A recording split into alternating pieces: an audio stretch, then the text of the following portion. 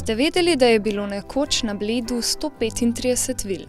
Danes nekatere ponosno krasijo Bled, morda služijo tudi v turistične namene. Druge čakajo na temeljito obnovo ali pa se skrivajo očem mimoidočih. Spet druge služijo v občinske namene. Pridružili smo se Niku Rakovcu, turističnemu vodniku, ki nam je pokazal znamenite vile Bleda in nam predstavil njihove zgodbe.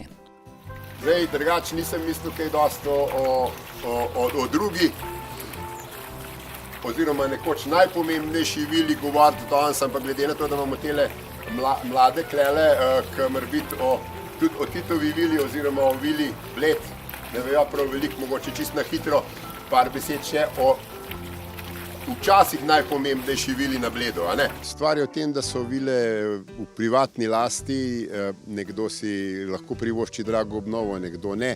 Nekaj jih je bilo v zadnjem času tudi predano novim lastnikom, kar se je dogajalo tudi skozi celo njihovo zgodovino, so se lastniki menjali in vsak pač poskrbi za svoje imetje po svojih finančnih zmožnostih.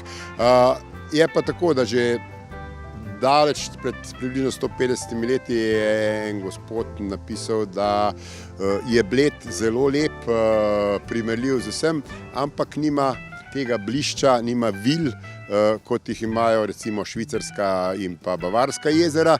No, danes mi te vile imamo in po zmožnostih vsak skrbi zanje. Mislim pa, da so neka popestritev in neka bogata dediščina, ki jo tukaj na Bledu imamo in jo poskušamo tudi obdržati. Sprehodili smo se vse od občine, mimo hotelov po Cankarjevi cesti ter pod stražo, vendar to ni edino območje, kjer lahko občudujemo lepoto in zgodovino ujeto v blejsko arhitekturo. Ja, vedela sem, da jih je kar veliko, nisem pa tako, ne vem, za kakšno vilo, ki jo vsak dan recimo vidiš, pa sploh ne pomisliš, v bistvu, da je imela tako zgodovino, tudi pa mi je bilo pa tudi dan zelo všeč, ker je v bistvu gospod vse tudi razložil. Del preteklosti pa so z nami delili tudi potomci lastnikov blejskih vil.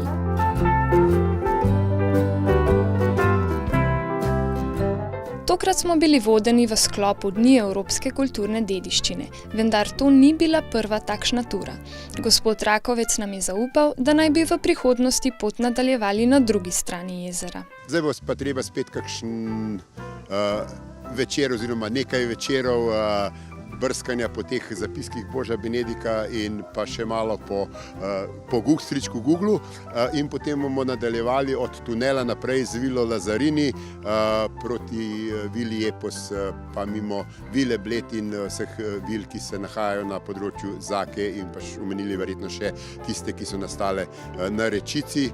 Kajti, kot vemo, so prve vile res nastale v bližini jezera z velikimi posestvi okoli, potem pa, ko je zemljišča ob jezeru nekako zmanjkovalo, so se tisti, ki so imeli seveda dovolj pod palcem, odločili, da so gradili vile tudi nekoliko dlje od jezera, na manjših parcelah in tudi nekoliko manjše. Včasih so imele objezerske vile tudi svoje čolnarne. Večkrat kot neslavni lastniki so nekatere prepustili zobu časa, medtem ko po drugih še vedno hrepenijo novi potencialni lastniki. Kaj pa vi? Bi kdaj živeli v vili? Jaz sem se danes to spraševala celo pot, ker sem videla te starejše vile, ker niso bile obnovljene. Drugače jaz osebno bi zaradi tega, ker ne vem, bi vsi gledali okoli. Pa tako ne vem, ker bi se poj neki poimenovali po meni.